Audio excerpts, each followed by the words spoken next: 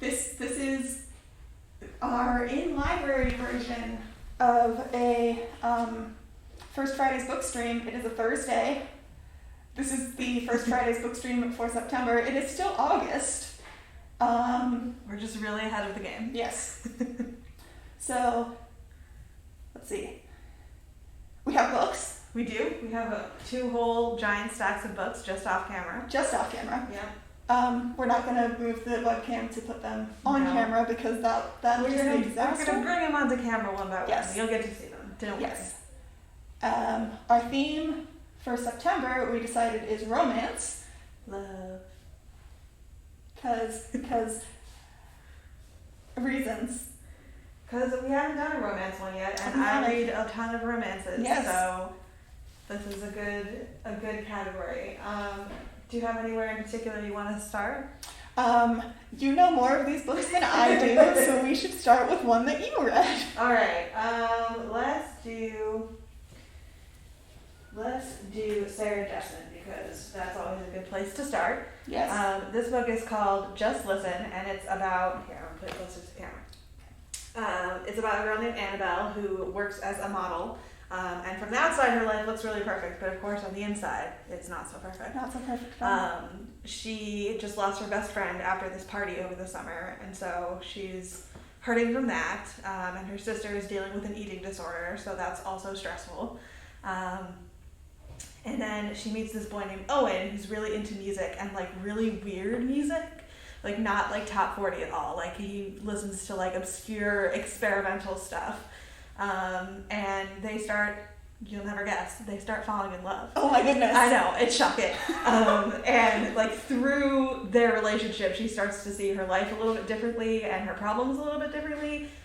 Sarah Dessen does an amazing job writing really realistic characters, writing characters who are really interesting and who feel really true to life. So. Yes.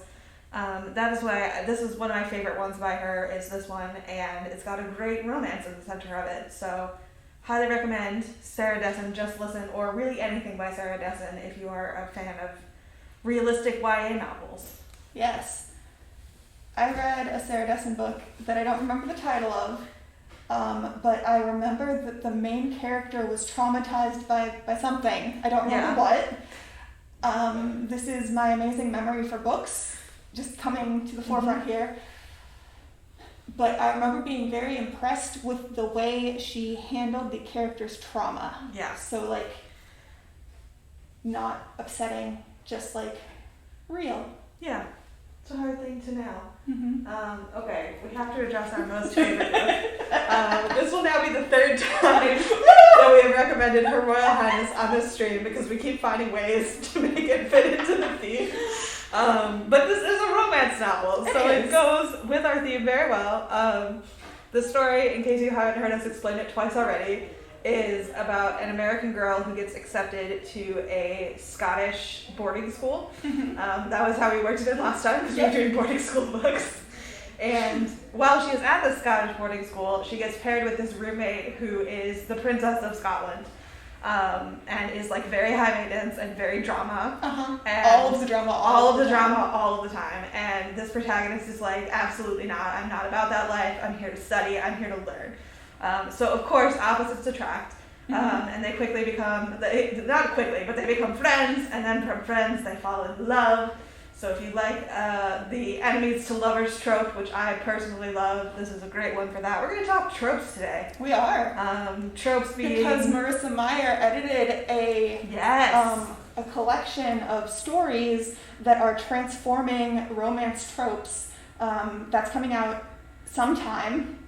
We're going to buy it. So when it's out, we'll have it, but we don't have it right now. Right, it is not yet published, but tropes being like things that come up over and over again in stories. Yes. Romance is full of them. I personally love a good trope.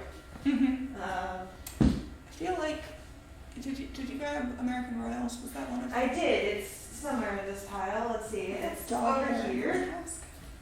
Dun, dun, dun. So I can't look at this book cover without immediately singing Royals by Lorde in my head. Which is fine.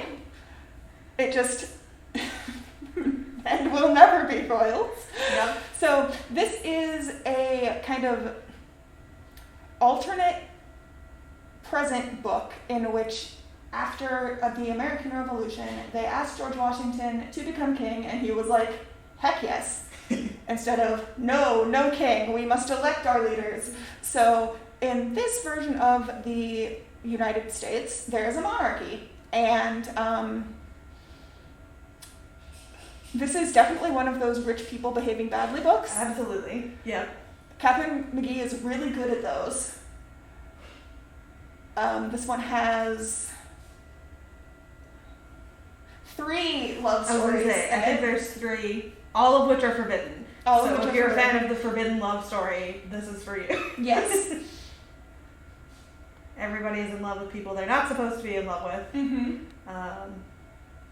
So the Crown Princess of the United States is supposed to find herself a boyfriend. She's never really dated before. She's never had any relationships that weren't, obviously political setups. Yeah. I have a dog hair in my mask. That seems right for you. Yep, it does. And she is not interested in this because she is kind of carrying a torch for somebody else. But her parents are like, here, we have invited all of these eligible young bachelors to this royal ball, and you will meet them and see if you like any of them. And so she dances with all of them. I'm pretty sure there's a binder of men. There's a binder of men. She has a binder of options. And she's not really into any of them because she's carrying a torch for someone else. So she decides to go with the least offensive of them, who seems like he's actually nice. Except he just so happens to have made out with her sister in a closet right before the ball. So she has 2 younger siblings. They are twins. I'm trying to think of what to say that doesn't give things away. The other love story is the younger sister's best friend and the prince. I think. Yes, right? that's correct. Yeah, okay. Yeah. Nina, who might be my favorite character because she's the only normal person. She's so normal. She's so great. She's great, and she's in love with the prince and is not supposed to. She's in love with him, and he returns the feelings, but they don't want to make it known to the press because the paparazzi are terrible. So all of the secret romances are happening. Yes. So secret. Yes. That book also has a sequel that had. I kind of liked the sequel more, I think. Yeah, I really did too. But it doesn't work as well if you haven't read the first one. So yeah. And I can't talk about the sequel without spoiling the first one. There's more romantic drama. There is so much romantic drama. It is so good. Yeah, no. So these are great. If you like a gossipy book. I was gonna say, if you like a trashy soap opera, if you like the CW shows, this is the book for you. It's high stakes. There's always things going on. Always things going on, always things going wrong. Yep. That's a good one. Yep. Big fan. Alright, I'm just going to go in order of what's in my pile now. That seems like a good plan. That seems the easiest. So this is called How Not to Ask a Boy to Prom. It's a great book. It's about this gentleman who has a crush on another boy in his grade, and he puts together this really big promposal. No! To ask this guy to prom during I want to say it's home ec or something. Oh no. And this other guy sees him about to do this promposal and embarrass the heck out of himself because he's kind of a nerd, and this guy he has a crush on is super popular jock, the king of the school. And so this other guy sees this going down and is like, oh my god, yes, I would love to go to prom with you. He saves his butt from being super embarrassed. And then the main guy's like, what are you doing? like afterwards, he's like, what's the deal? And he's like, listen, like, are you even gay? And the other guy's like, I don't know. But he's like, I gotta make my ex-girlfriend jealous. So they start fake dating. That is a favorite trope of mine as well. Love seeing people pretend to date and then they fall in love for real. Yep.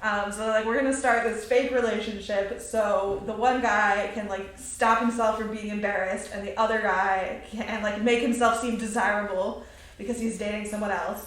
And then this other guy is just trying to make his ex-girlfriend jealous by dating like literally anyone else. So of course they fall in love for real, but what are they going to do with these feelings because they're in this fake relationship? And what about the ex-girlfriend? And like, what about her? Like, is this guy even like into dudes? We don't know. Does he know? No one knows. No one knows. So this is a delightful like fake romance, or fake dating, like silly, goofy romance. Great if you've ever embarrassed yourself by asking someone out. You can relate. Been there myself. Yeah. So, yeah. I mean, asking a boy to prom sounds terrifying, to be honest. It does. I'm an adult and that still sounds terrifying. So, I think the character does it on a dare too. Like, I think his sister is like, there's no way you would ever be brave enough to ask your crush to prom. And he's like, watch me. Oh my gosh. So, this is a delightful queer rom-com for your TBR list. Okay, so that is going to bring me to a book that is not on the pile, That's but fine. it is The Extraordinaries by T.J. Klune. You reminded me of it because you said embarrassing, and I'm like, this was the book that I read, and I was cringing internally, but like in a good way the entire time because I was like, oh my gosh, this character is me. So this book is about a boy who lives in a world where there are superheroes, and superheroes have fandoms. Love that. And he is a big member of one of these superheroes' fandoms and writes fan fiction about a self-insert character and the superhero in question. Love that. And there's another superhero who is kind of the rival of the superhero he's super in love with. And so he just kind of drags the other superhero in all of the stories that he writes.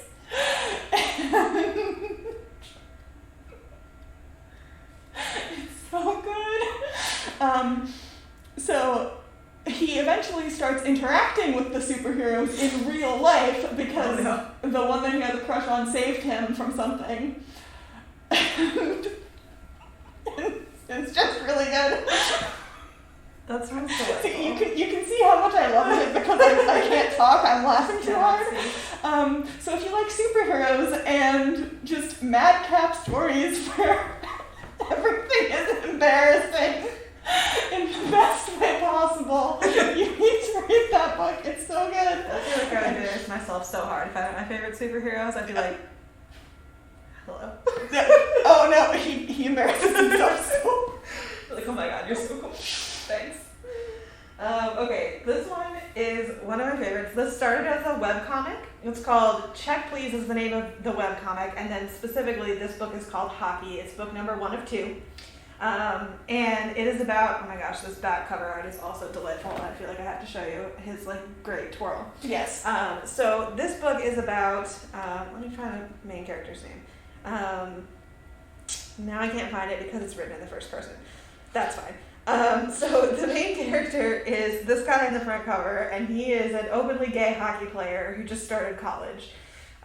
So in high school, he was like, I want to say he was in the closet, and then he comes out and he's like, finally I can be my true self at college.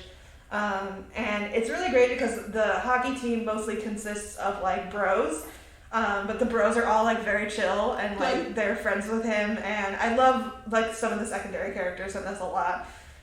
They're just like hockey bros, but like the hockey bros with hearts of gold.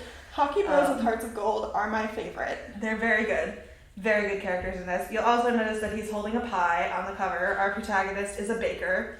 In addition to I just realized that this is blurbed by the author of one of the other books I have in this pile, so we're gonna go to that one next. Okay, good. But he loves to like bake pie, and he brings cookies to like practice, and everyone is like, we love this guy. He brings the cookies. Yes. But he falls in love with the team captain, who is Jack.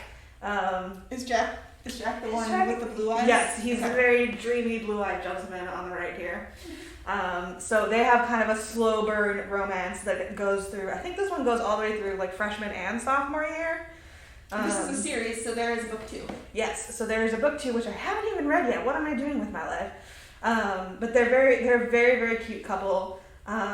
Even if you're like, I don't care about hockey, like you don't have to care about hockey to enjoy this book. It's very like in the style of a sports anime. If you like Yuri on Ice, you will like Check Please.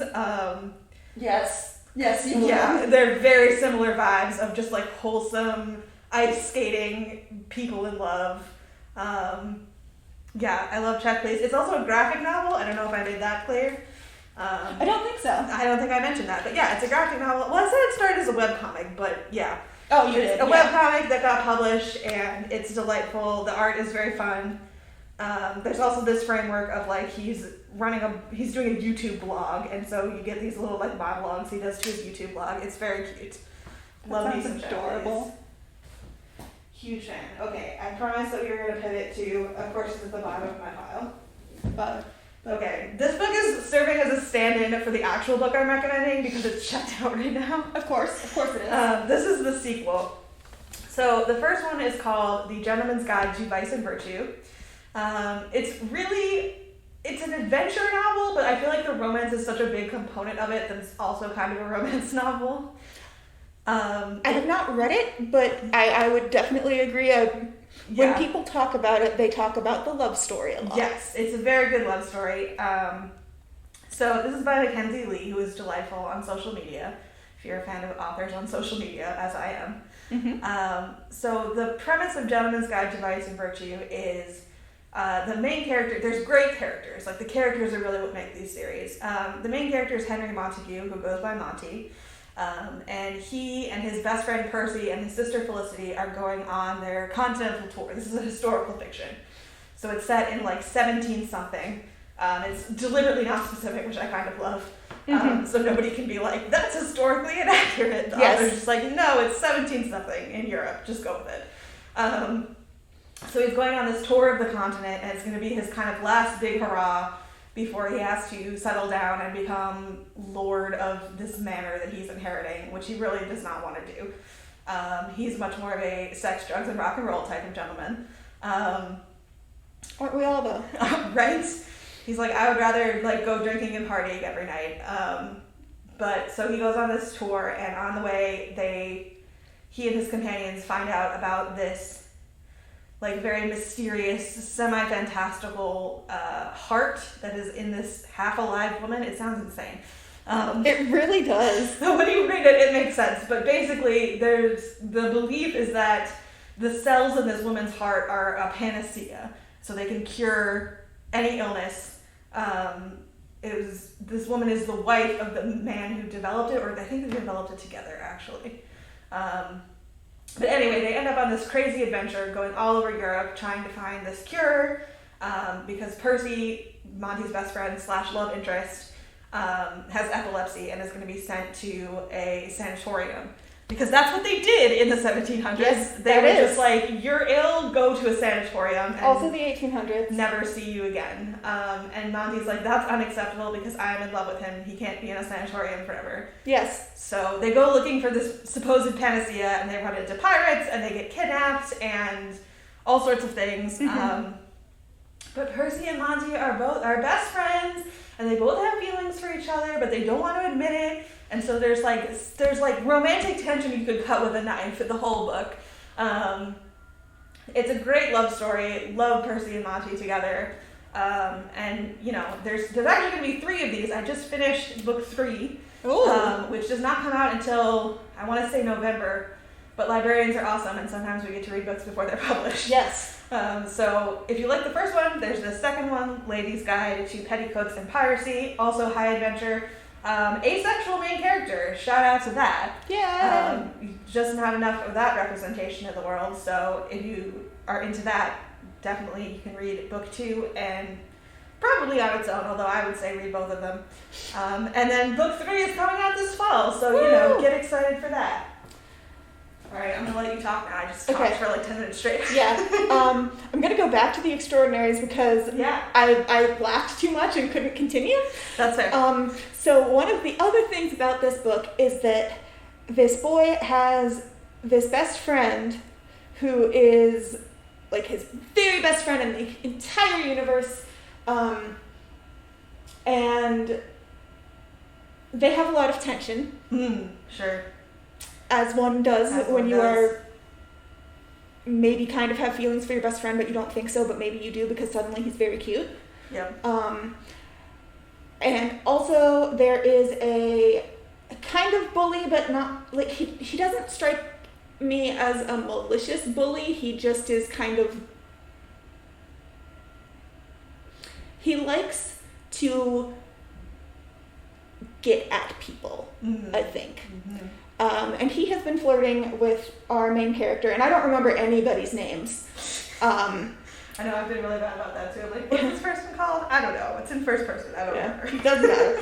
It matters very much. But so the bully has been flirting with our main character, and the best friend has been like stealing looks at him on the subway on the way to school, and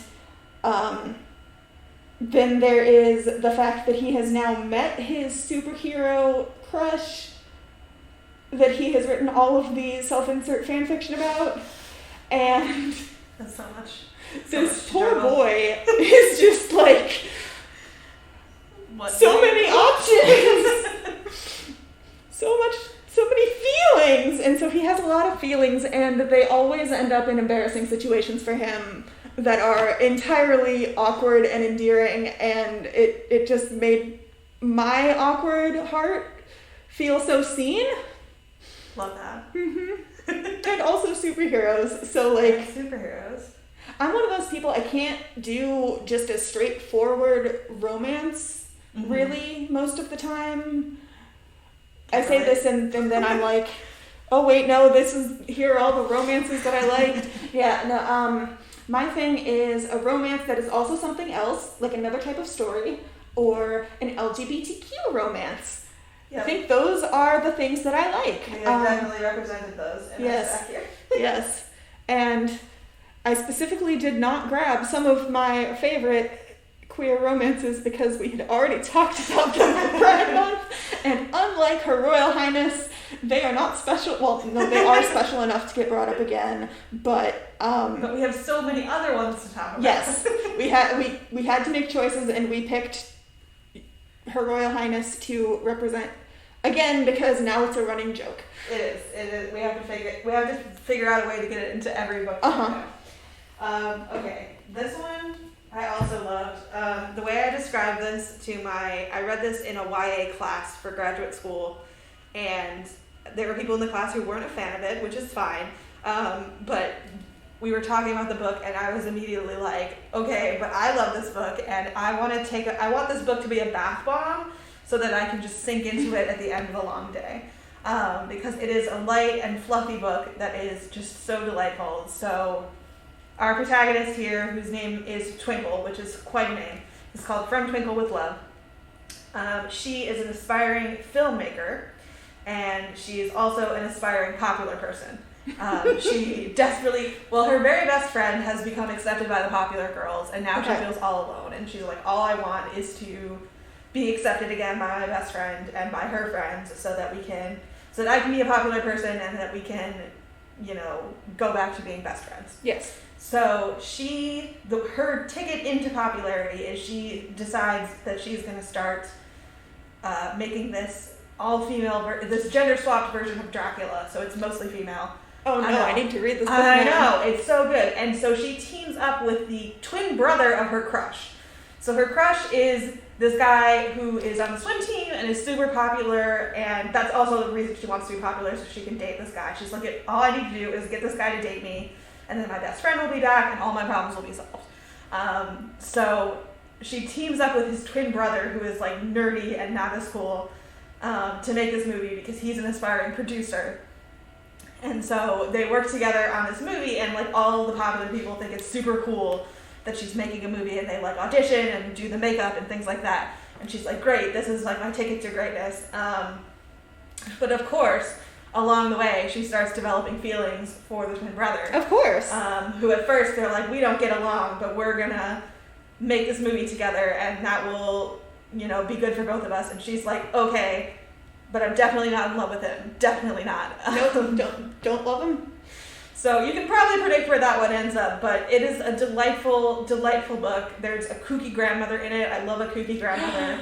Kooky grandma vibes. They're my favorite. This author, Zendaya Menon, wow, really mangled that one. She also wrote When Dimple Met Rishi, which I have not read yet, but it's another romance novel that comes highly recommended, and it has Indian characters as well. Yes. Which is great. Love from Twinkle with Love. Huge fan of this one. I need to read that. Alright, did you have next in the pile you wanted to do? I realize you can't see all of the books from where you are. I'm trying to think, which ones have I read? 2, 3, 4, 5, 6. Okay, so we can go with Hot Dog Girl. Okay. This one has been on my list to read for forever. Yes. So, Hot Dog Girl is, I love this cover. Like, the cover just makes it for me. It's a very good cover. So, the blurb on the back is, there are worse things in the world than being a hot dog, probably. And so our main character, Lou, got a name, it's in the flap, but I got it. Okay, and all of the names are here. Awesome. So Lou works at an amusement park called Magic Castle Playland, and she wanted like one of the cool jobs. Like she could have been the Magic Castle princess, or she could have been, I think, a mermaid, or she could have been a ride operator or working food, and she got the job of the dancing hot dog. So she has to just go to work and dance like a hot dog.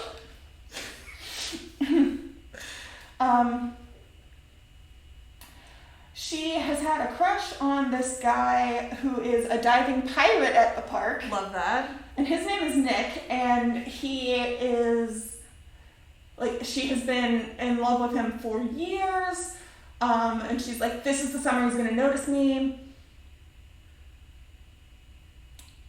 And there is a problem because he is dating the girl who is the Magic Castle princess. Like, that is her character role. And so Lou is like, okay, but like, we're meant to be together.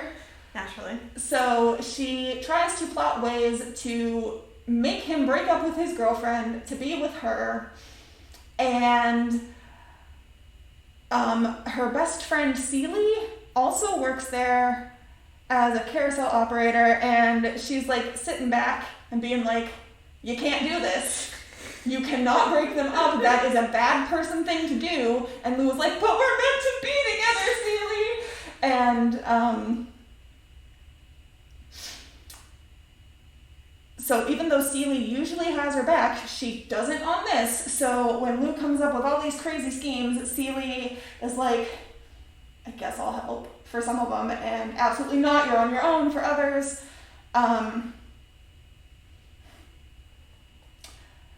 And Celie is single.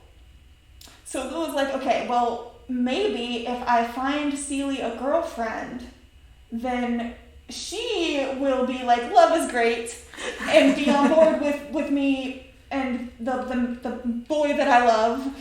So she tries to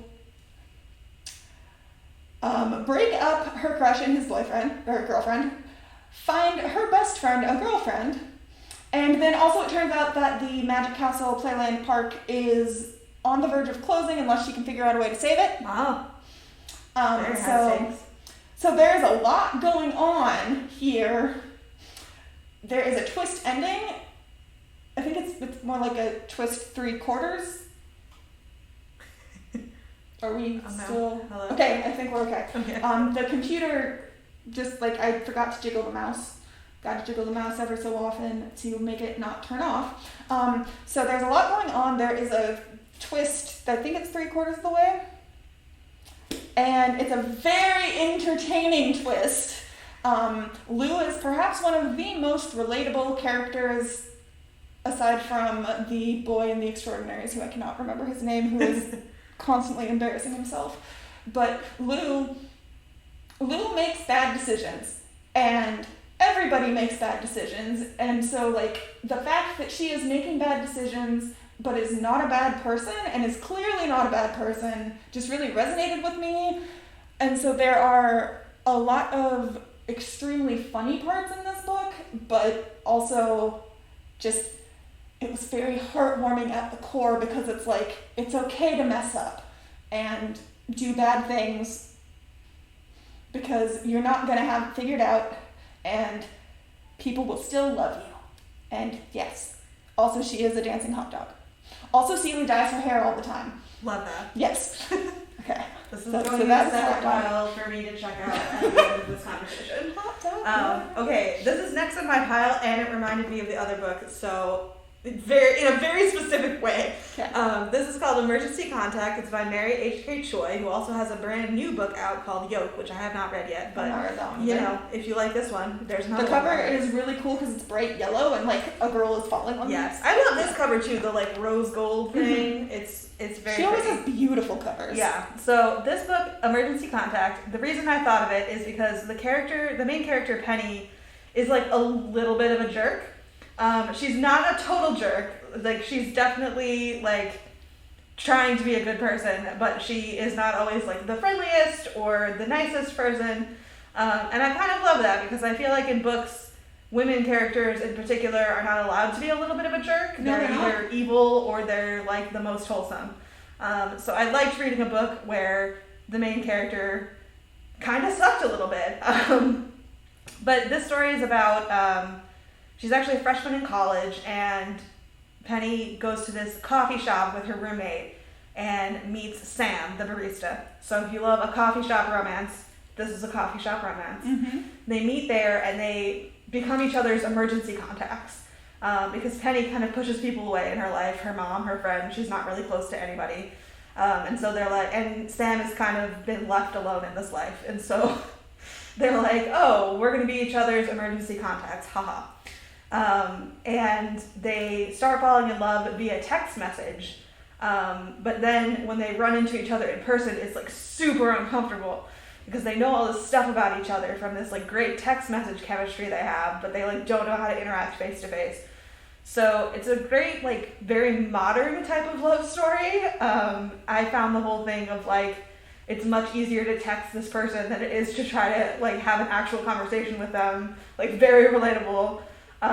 Yes. Yeah, I was like, been there, like, who among us? So I love that it's like a text message falling in love story, because it's largely text. It's not all text, but because texts are such a big part of it, you get pages like this where it's like there's not a lot of text on the page. So even though it looks like it's kind of long, it's really not. It's a very quick read, and it's very sweet and very romantic. And both the characters kind of deal with their emotional baggage. That's one of the things I love about romance novels, is like people fall in love, but also they deal with stuff that they need to deal with, because meeting this other person helps them realize, you know, XYZ about themselves. Yeah. And I always love that. I have this thing I need to deal with now. Right, because- they're like some personal growth. So this is a cute one, Emergency Contact. I'm gonna take it. Yeah, you can take that one. It's gonna go on my checkout. Okay. Do you want to keep going with the graphic novels? Sure. Let's see. Let's do a lady and lady romance. Okay. I don't know if Also, you've that's done going those to yet. go on my checkout pile as well. This one is, okay, so this is one that's more a fantasy quest story than a romance, but the romance is definitely an important part of it. Yes. So this story is called Witchlight, and it's about Lelik and Sanja. And Lilac is a witch, and so she shows up in Sandra's town and publicly casts a spell, and everyone's like, "Oh my god, a witch!" And she kidnaps Sandra. That's their first reaction. That's their first interaction. Oh no! Because she's like, "I need someone who knows how to use a sword, and you know how to use a sword. Teach me how to use a sword." And Sandra's like, "What the heck? You can't just kidnap somebody and demand they teach you how to use a sword." That's like, I just did though. And she also is like, "Oh, you need to stop going around robbing people with magic because that's immoral. So instead, we're gonna have you do like friendly witch duels with other witches and charge people admission to come in." So they are going around and they're also trying to figure out something is wrong with Lilac. There's a part of her soul is missing or something. Oh no. I want to say, yeah, something is preventing her from like being her full self and having her full magic. So as they're going around doing this like circus, this cross-country tour, and also she does end up teaching her how to use a sword. Good. Because she needs to learn how to use a sword. Right. Like, they're trying to figure out the answer to this problem of like, what's the deal with Lilac's soul? And it's a very gentle book in a way. Like if you look at the art style, because this is also a graphic novel, like it's very light colors. That one's kind of more dramatic, but it's like light colors. It's very pastel, lovely, soft type of world. You know, there's conflict, but it's not like super dramatic conflict. It's very like light and lovely. And of course, the two of them slowly fall in love. good. Because if they didn't, it wouldn't be a romance novel. But this is Witchlight by Zabarsky. I was going to say, it's someone at the very end of the alphabet. Yes. Because this is always Jessie Zabarsky, who we saw at DragonCon. I don't know if you remember that. Not DragonCon. C2E2. Yes, I do. Yes. Because Jessie Zabarsky was promoting Witchlight. She was. And she was talking about the romance. And like building the romance in it. So I was like, of course this is a romance book. So yeah, it's delightful. Witchlight. For you fantasy readers out there.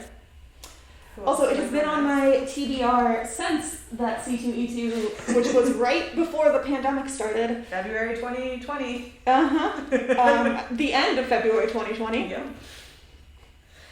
Alright, Well, what's next on our list here? More graphic novels? Let's do more graphic novels. Okay. I feel like graphic novels right now. I don't know why. I haven't read any of these They're great though. because I need to still. Okay, so this one is called Pumpkinheads. It's by Rainbow Rowell, who has written a number of other romancy type things that Yes. I have not read. I think this is the only Rainbow Rowell I've read. Have to fix that. So this book is about, I'm gonna look for the characters, Deja and Josiah, and Josiah, who goes by Josie. So we're gonna go with Josie because it's easier to say. Yes. So they work at this this like pumpkin patch, but it's one of those pumpkin patches that has like a bunch of attractions. They sell candy apples and they have, you know, a hayride and a corn maze and all those type of things.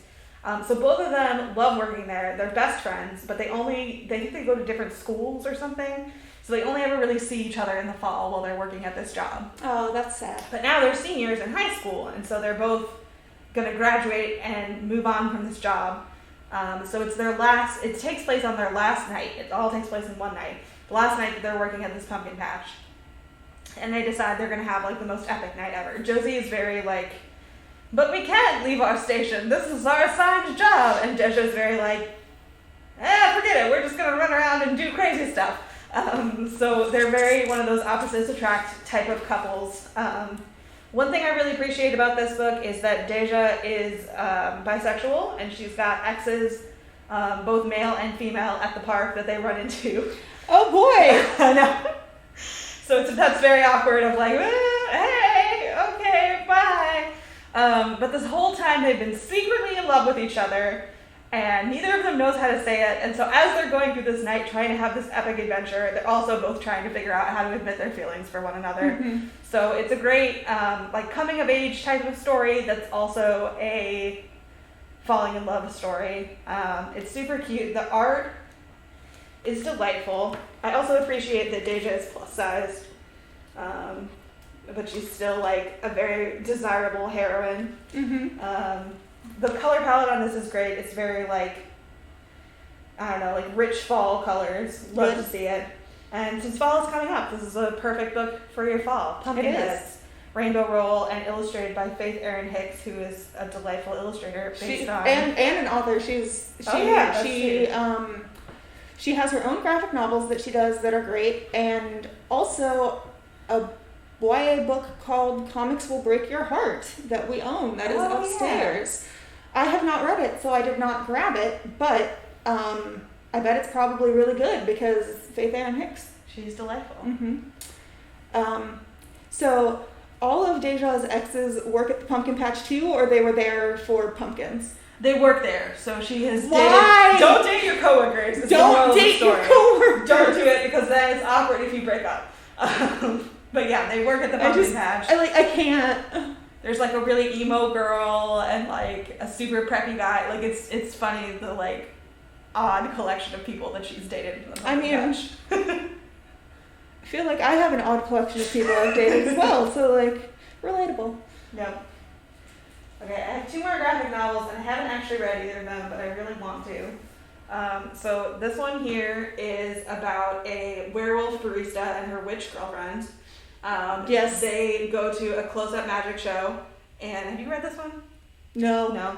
They go to a close-up magic show, and turns out the magician is like a real magic user and puts a spell on their friend, and they're like, heck, they have to rescue their friend from this spell. So this is another like fantasy book that also has romance involved. 2 ladies, they're both super cute, as you can see from the cover. Mm-hmm. So I super want to read that one.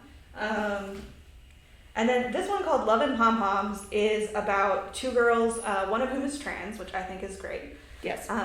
We love to see it. The 2 of them are like not really super social, and they're ex-best friends. So they used to be besties. Bestie broke up, and then they both end up joining the cheerleading squad for different reasons. So awkward. Right. And so let's see. The one girl is trying to make friends and round out her college applications, and the other girl is trying to keep her parents happy by joining the cheerleading squad. And so together they must cheer and they must also fall in love. So I really am looking forward to reading that one as well. Again, Annie and BB. Amy and BB. So Annie. Oh, Annie. Sorry. And Annie is a lesbian, it says. We love to see a socially awkward lesbian. It's relatable. Yeah. So, this one also has a good color palette. Like, good colors, good art.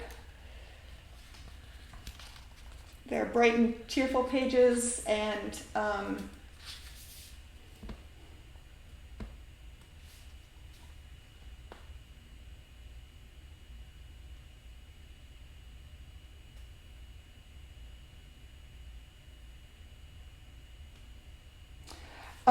the author has 2 corgis named Calamity and Adamant. That's important. And the illustrator has 2 cats named Biscotti and Ciabatta.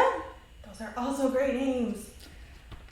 I am obsessed. Okay, so this book is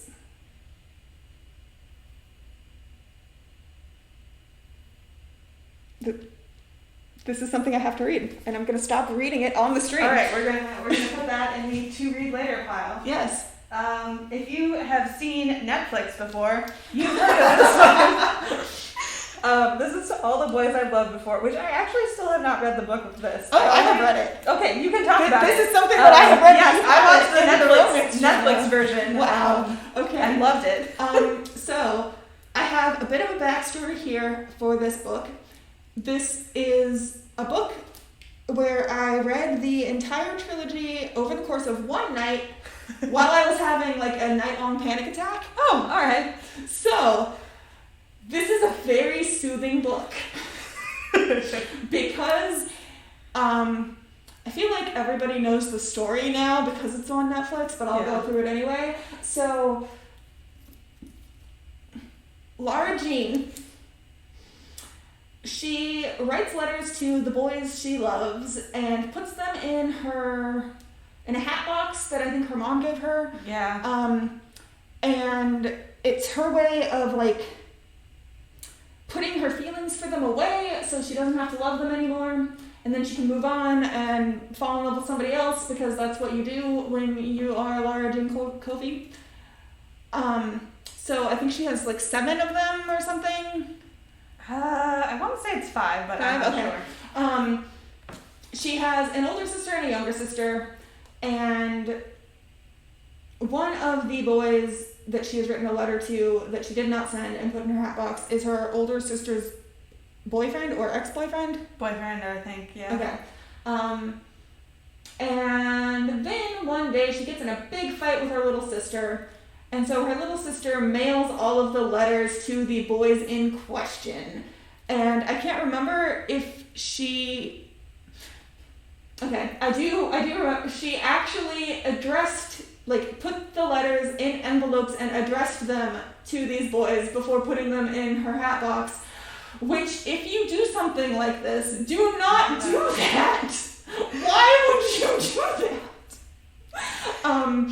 To facilitate the plot. That's why. Yes. So, obviously, the boys all get the letters, and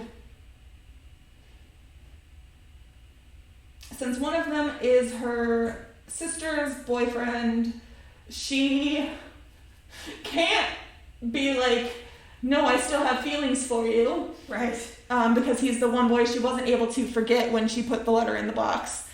But she did it for her sister because she loves her sister so much. And so she works with Peter Kowalski? I'm not sure. Yours sounds more right.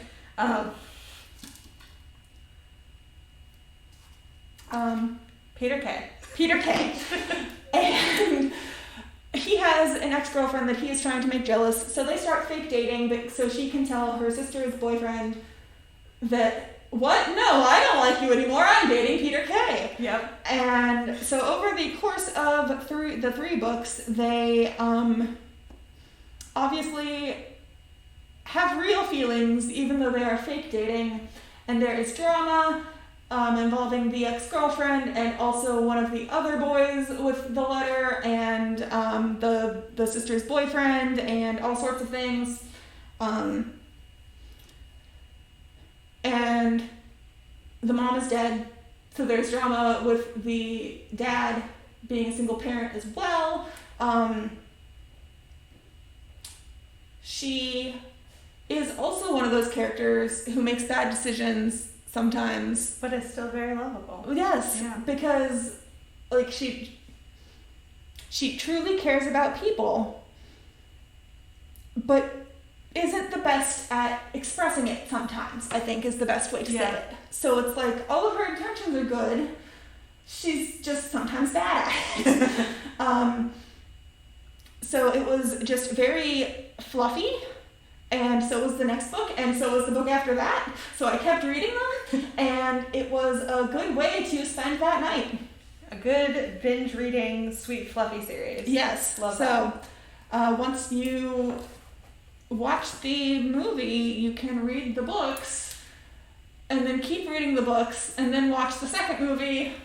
I don't care what order you do it in, but just read the books and then watch all the movies. Yes. And enjoy your life.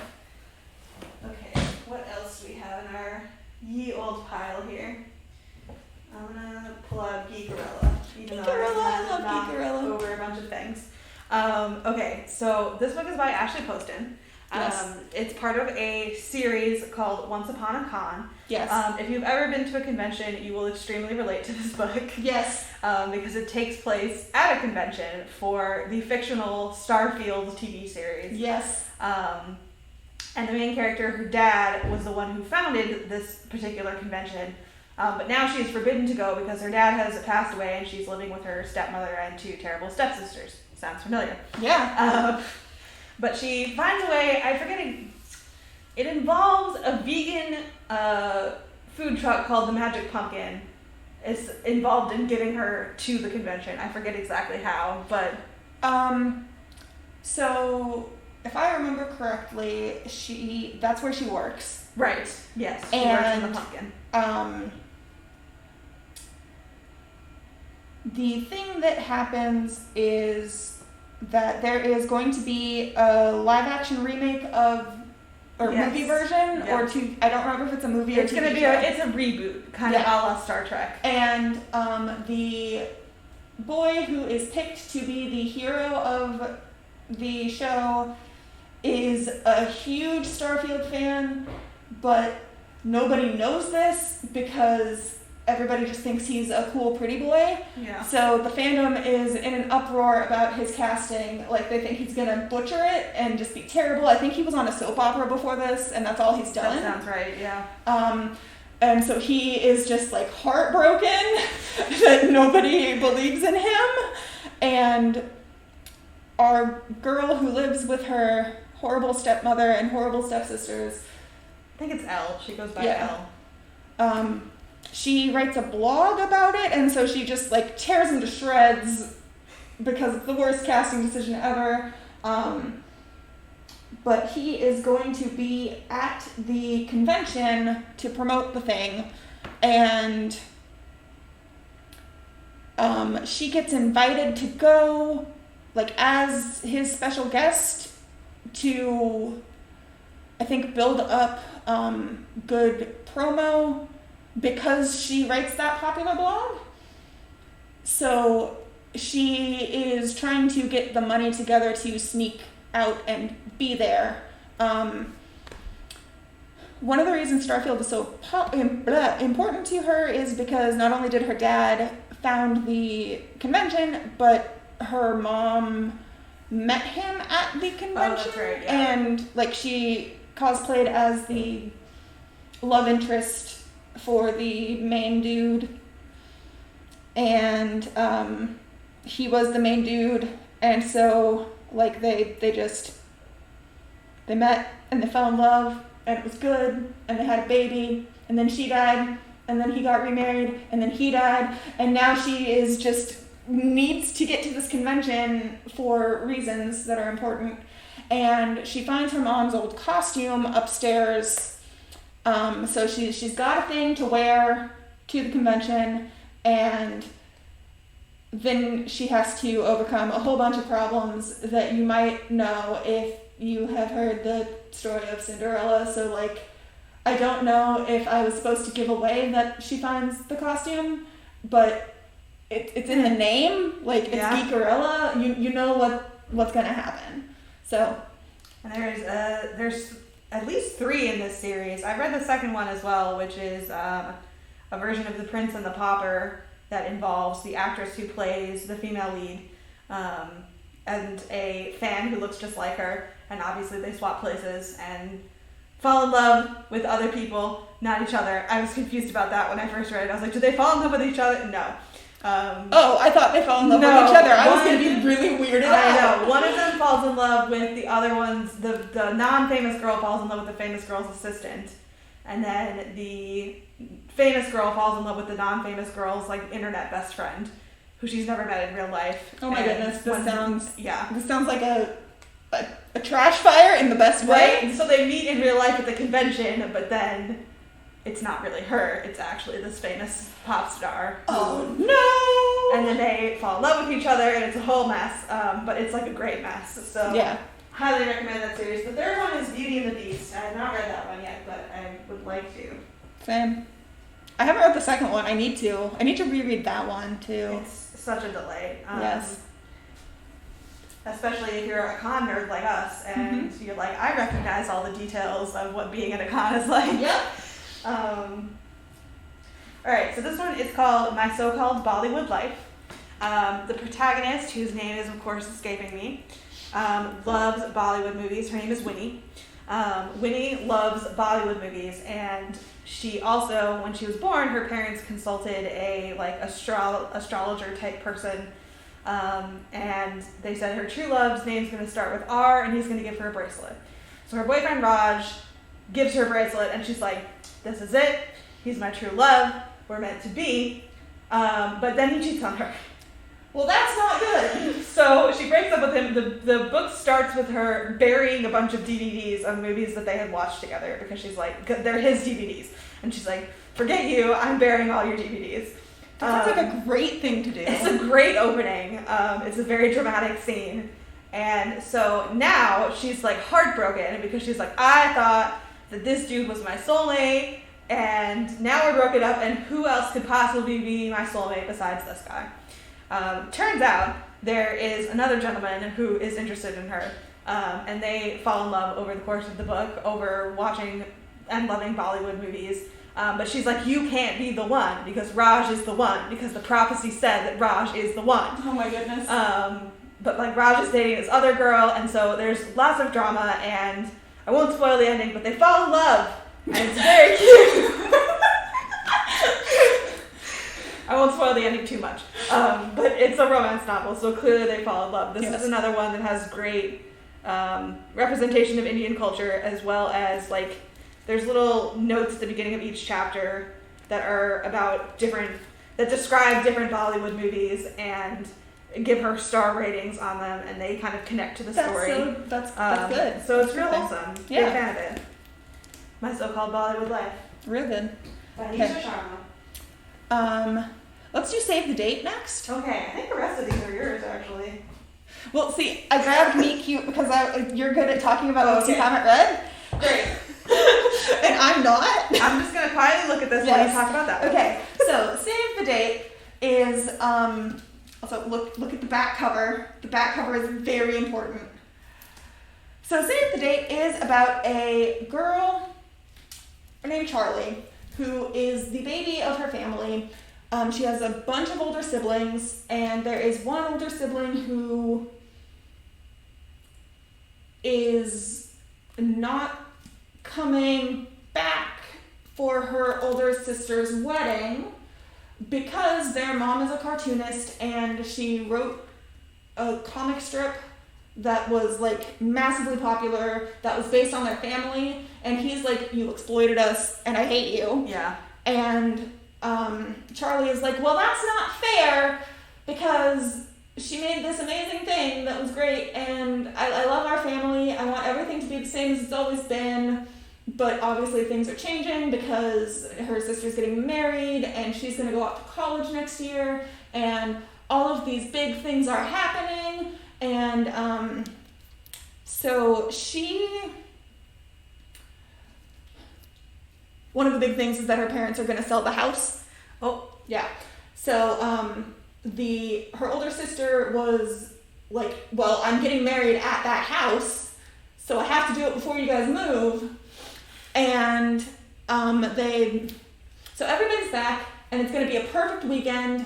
It'll be like the last weekend of their old lives, and she's going to remember it forever. And so nothing is going to go wrong. Absolutely nothing. So, of course, everything must go wrong. Everything must go wrong. So, Charlie has had a huge crush on her older brother, who is now estranged best friend for like ever. And he is one of the things that goes wrong. He shows up unannounced and uninvited, I believe. That's very rude. The wedding planner quits. Oh no! There is a dog that just shows up out of nowhere.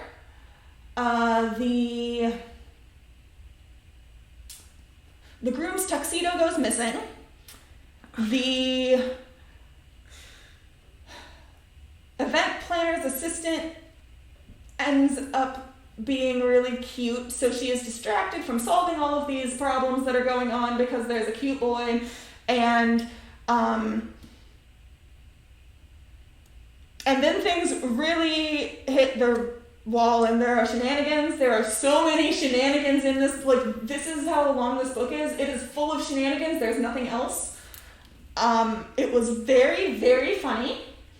And having been at both of my older siblings' weddings, I really appreciated it. I read it right before my older sister's wedding, actually, because it perfectly captured the craziness of not actually being involved, but still feeling responsible for making it be like the best ever. So if you like weddings and like shenanigans and like unexpected cute dogs that show up and ruin things, this is a book for you. That sounds like Cosmo. Unexpected dog shows up, ruins things. It is Cosmo. I think if they make a movie of that book, they just need to cast They Cosmo. should cast Cosmo. Yeah. They won't even need to train him. They'll just set him loose on the set. Yep. All right. So this one is called Meet Cute. It's a collection of short stories about different couples meeting each other. Yes. It sounds super adorable. There's some great authors in here. There's Nicola Yoon. There's I know there's Meredith Russo. Meredith Russo is in here with a transgender character. Catherine McGee, who we already talked about being great. Julie Murphy, who wrote Dumplin' and that whole series. Yes. That is really delightful. We should have brought that one. That one's romantic too. It is. It's really good. Okay, I'll plug that one in a second. Yeah. So this is a series of short stories about different couples meeting, falling in love. It's written by some amazing YA talent. It sounds delightful. I'm putting it in the pile to read because it looks so cute. And look at the little cover with all the cartoon people and their eyes lock, and you know that they're gonna fall in love. So huge fan of that. My pile of stuff I'm gonna read is just growing and growing. So because I like rom-coms, which means romantic comedies. Yes. I did not grab Meredith Russo's books, but she is a phenomenal romance writer. Like, yes. I don't want to feel that many things. I want to laugh at my romances, which is why our last two books. Ta-da. Everybody will get to see. I'm gonna interrupt you between them to talk about Dumplin'. But. Perfect. But everybody gets to see my weird, strange sense of humor here. One is called Kill the Boy Band, and the other is called Girls Save the World in this one. Do we want kidnapping boy band members or zombies? Zombies. Zombies. We are going zombies first. Okay. So, Girls Save the World in this one, which I love the cover so much. So these have 4 best friends? 2 best friends. Okay. But there used to be 4 best friends. So they are huge fans of zombie media.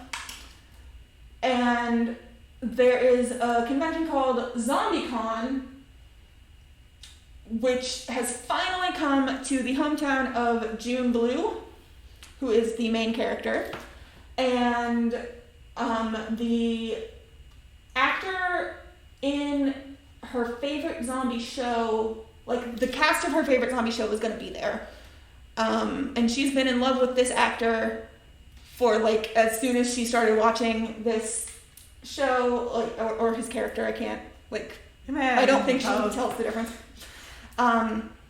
So obviously she has tickets to this convention, and she's going with her 2 best friends, but her ex-best friend is also going, and that's going to be awkward because they like all the same stuff. And then they get to the convention, and there are lots of people dressed up as zombies, and some of them are really convincing because it turns out they're actually zombies. So a zombie outbreak happens at this convention, and somehow she and her best friends and her ex-best friend and some press people end up having to get away from the zombies and survive together.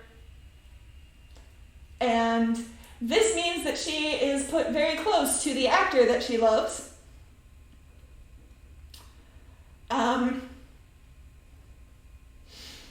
So they do some flirting, some zombie apocalypse flirting, which, like, obviously you're gonna do that. And there is a lot of good, fun, bloody zombie violence.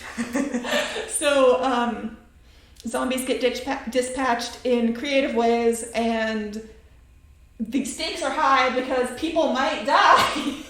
Because there are zombies who might eat them. And there are also a lot of really, like, genuinely touching moments, and I'm not going to spoil any of them, but, like, some really sad stuff. And the book itself is about female friendship, but the romance subplot was very entertaining because she has to watch or like figure out the difference between the character and the actual boy. Yeah. Which, you know, that just seems like it'd be hard. Hard to do when somebody is an actor as their profession. So yeah, it's ZombieCon. And the girls save the world. Highly recommend it. Okay, Probably sorry, I'm not ignoring you to be on my phone. I am trying to look up the first sentence of this book because it's so good. Let's see. I have one highlight. Let's see if it's the first sentence. Dang it. Okay, I'm going to find the first sentence because it's amazing. But Dublin is... I think there's a Netflix movie for that one too. There is a Netflix movie of Dublin. The first sentence is something to the effect of everything important in my life has happened to a Dolly Parton song. Yes.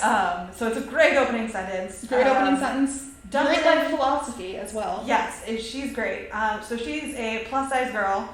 Her mom calls her Dumplin. That's where the name of the book comes from. Mm-hmm. And she is dealing with the death of her aunt, and also her mom is a former beauty queen. Yep. And so Dumplin decides that she's going to enter into the beauty pageant kind of as like a protest, because she's like, there's no way I'm going to win because I'm fat. But she goes, and a couple other girls who are sort of unconventionally beautiful decide that they're also going to go and enter into this competition, and there's a boy involved. Mm-hmm. There's a boy from the fast food place where she works where they're in love. Well, they're making out a lot, but they aren't actually dating, and so she's like not sure what to do with this relationship. Like, is he going to want to hang out with her once school starts again, because it takes place over the summer. That one is delightful. Dumplin is an amazing character. I have to read the rest of the ones in that series because there are... Puddin' is real good. Puddin', and then there's Pumpkin. a third one. Pumpkin's that the new just one. came out. Yeah. Yeah. So that's good stuff. Read that. I don't have Yes. the book, but I'm pretend I have it. And the covers are great. Yes. Each of them has a color motif and then like a sort of pop art style illustration of the main character on it, like really small. So that's awesome. One of the things that I loved about it is that Willowdene is like really comfortable with her body and the way she looks. Like, she thinks she's beautiful. Yeah. So it's like, screw the rest of the world because I believe in me. And also there's a great scene with Dolly Parton drag queens. True. Dolly Parton is a motif, an Yep. excellent motif Yep. in the book. Yep. Yep, it's real good. Okay. Are we ready for Final book. Kill the Boy Band? So, much like Girls Save the World in this one, this is not a traditional romance novel. This is about a group of friends who are fans of like the biggest boy band in the world. Like, they're super fans. I believe they met on a fan site and like they've just connected over this. Each of them loves one of the members, I think. And the band is called the Ruperts because all of the boys are named Rupert. Sure. This is clearly a play on One Direction, by the way, Yeah. because they were put together because all of their names were Rupert. And then they became popular. And I'm going to read the back. Just know from the start that it wasn't supposed to go like this. All we wanted was to get near them. That's why we got a room in the hotel where they were staying. We were not planning to kidnap one of them, especially not the most useless one. But we had him, his room key, his cell phone, and his secrets. We were not planning on what happened next. We swear.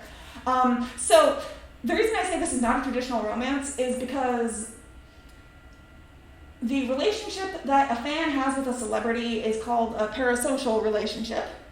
And you can feel like it is real, like you really know them, but you don't. So,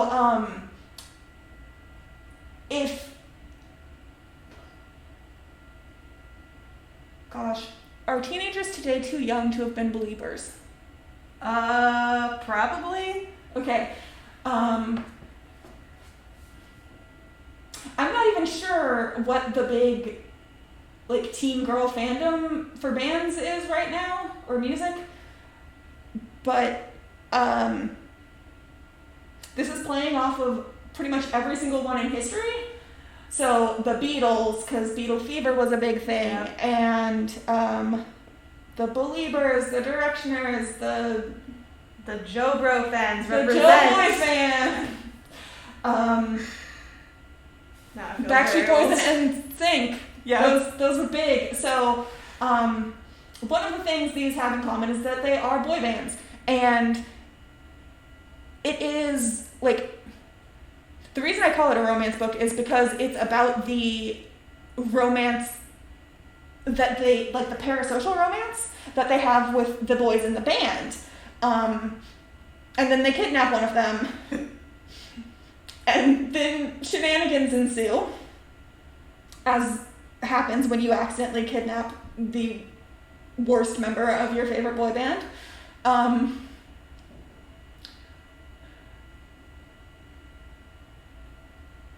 And I'm not sure how much else I can say without giving it away. So,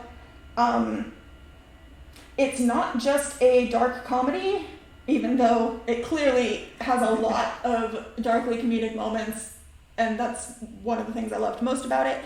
But it gets into some seriously heavy stuff, but in a way that's like,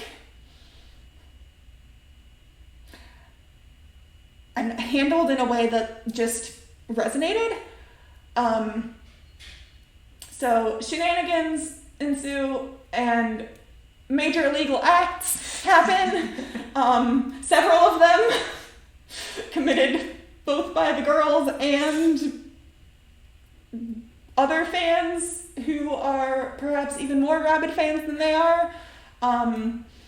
The fans are called the Stroopers, which is Rupert's backwards. It's great. Love that. Yep. So yes, if you, like me, are obsessed with stories where people do things that are horrible and it is hilarious, then you need to read this. It's like probably one of my favorite books. I loved it so much. Okay. All right. Well, this has been Romantic Books. Books. And romances. I'm Jessie. I don't think we ever said our names. I'm Emily. Hello. We're with the Glencoe Public Library, and come join us. Let's see. This video will come out on a Friday. So and it's gonna be September's. And September, and so October we're gonna do spooky books because obviously we have to. So I'm gonna talk about this one again.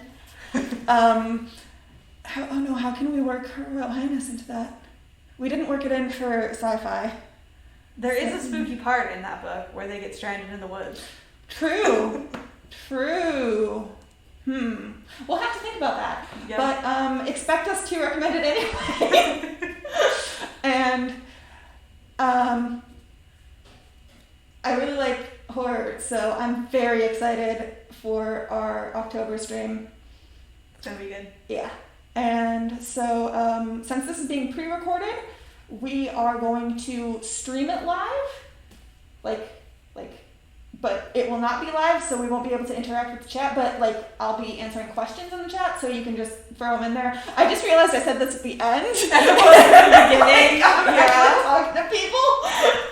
Oh well, we'll figure it.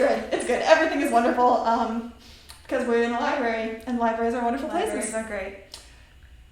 Let's see. Do we have anything else? No, I don't think we do, because this is going to come out after the last quarantine movie night, and quarantine game nights are on a hiatus because scheduling was too hard. Real. Yep. So we'll probably bring them back in November. All right. Thanks for joining us. Yes. And goodbye.